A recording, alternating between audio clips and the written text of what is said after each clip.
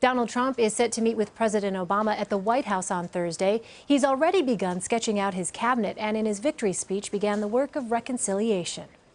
I pledge to every citizen of our land that I will be president for all Americans, and this is so important to me. For those who have chosen not to support me in the past, of which there were a few people, I'm reaching out to you for your guidance and your help so that we can work together and unify our great country. CBSN political contributors Leslie Sanchez and Nomiki Konst are here. Leslie is a Republican strategist. Nomiki is a Democratic strategist and host of The Filter on Sirius XM Radio. Ladies, let's begin with you, Leslie. We heard Donald Trump reach out to those who may not have supported him during the election. What did you make of that pitch? There's exactly the right tone. Now, the big question, I think many, certainly Democrats and establishment Republicans who did not come on board to support Donald Trump were wondering is, what is his tone going to be like? Is it going to be bringing people together, unifying the party? How is he going to be in terms of relations with Speaker Ryan? And is he going to be accepting this kind of new mantle of governance and leadership? And I think he struck the right tone. And I think more importantly, Hillary Clinton did. She really set an example. Was extremely gracious, magnanimous. She definitely talked about the power of women in this election and the role model, and kind of enjoyed being the champion, or the honor of being the champion for young girls and women. These are very good first steps for a first day into the unknown. And I think that's kind of how all of us feel. Let's just go baby steps every day coming together, and it's exactly the right start. Nomi, let me ask you, you were a Bernie Sanders supporter. We saw what happened during the Democratic convention. People were openly booed. I wonder what your thoughts are about whether Hillary Clinton was able to fully get Bernie Sanders supporters behind her. She did. She got the majority of progressives. She got the majority of millennials, with one exception, white working class men and women. And that's the problem. And she knew that when she looked at the map in Michigan back in the spring. She knew that when she looked at the map last night, that those states that she didn't get a win in were states that Bernie Sanders did very well in. And so it wasn't a secret. It wasn't some sort of, they had the numbers in their face. Not only did they have the numbers in their face, they had the Sanders team delivering them the numbers saying, you have to take this seriously. You have to take Wisconsin seriously. You know, millennials turned out. Latinos didn't turn out in the numbers that they wanted, despite registration, historic registration numbers. African Americans didn't turn out the numbers they wanted. But this is something I think that we should keep in mind here. The Democratic Party, I think, has lost its way. We talked about this in the primary, but they've been in denial. We have lost over 1,200 seats in the last decade alone. We've raised more money than the history of the Democratic Party in the last 2 years alone. And we look at the presidency. We've always said, oh, that map is so, the presidential map is always good for Democrats. We happen to have a presidential candidate in 2008 who was Barack Obama, an extraordinary leader. He gave great speeches, you know, he could bring crowds together, but he was running 6 weeks after the economy crashed against an incredibly unpopular presidential record for President Bush.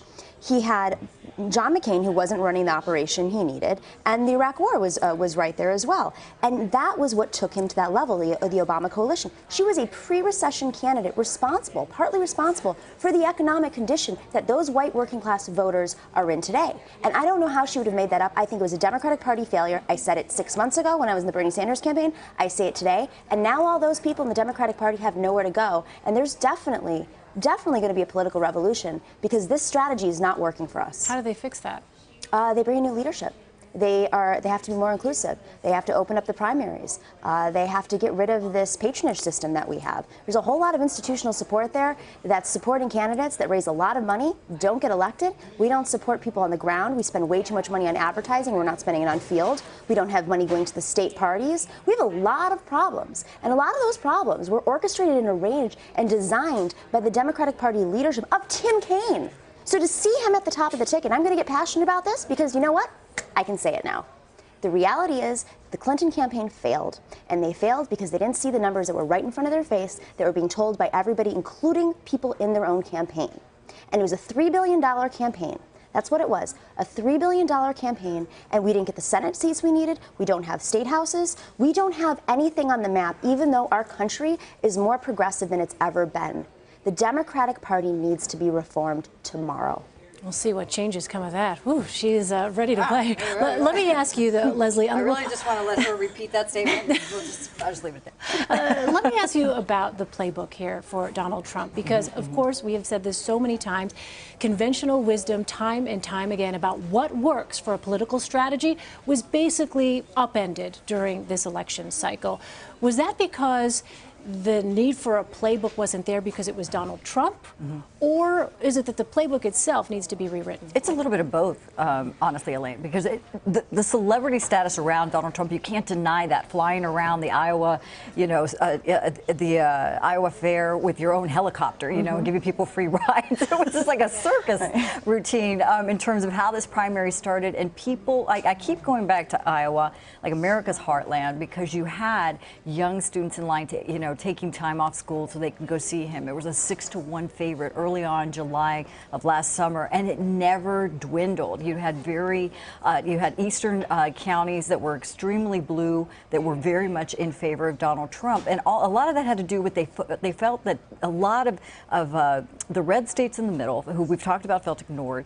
Really felt that he spoke their language when it came to immigration reform, when he talked about trade and jobs, dispersing and leaving kind of America's heartland and going to foreign countries. And when he did raise the issue of these Obama premiums, which were skyrocketing, and that trifecta was the perfect message for him. So he could discount all the advertising. We're talking about the $3 billion campaign. Yes, he had his own campaign plane. Yes, he put his own money in. That actually gave him credibility early on. He didn't look like he was bought by Wall Street or the special interests. We forgot about that. I'm self-financing. I'm not taking anybody's money, until he saw the power, which you have to give to Barack Obama. Started a lot of that with the small, and Bernie Sanders with the small donations, the little $3 donations, $5, $20, where people were committing not only their time but their money. And that's transformational. That's such a populist movement. So we used to say his Twitter account and his tweeting was able to close the money gap that he didn't have to raise for advertising. So it was a very different campaign, you have to say, for Donald Trump, but it was right for that candidate. It also exposed how extremely weak